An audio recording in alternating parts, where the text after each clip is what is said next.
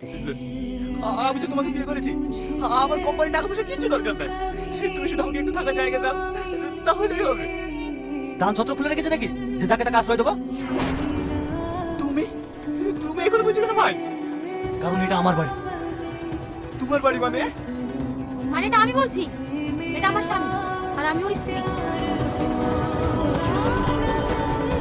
তার মানে পুরো প্ল্যান করি। হ্যাঁ, তুই যেটা ভাবছিস সেটাই। এবার বুঝতে পেরেছিস? যাই এখান থেকে।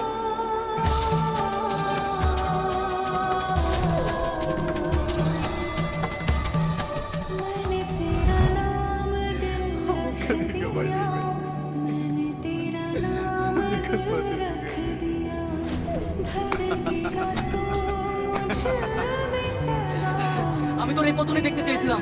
আজ আমি খুব খুশি, আজ আমি খুব খুশি। মনে পড়ে তোর ওই সেদিনের কথা, যেদিন তুই আমাকে তোর অফিস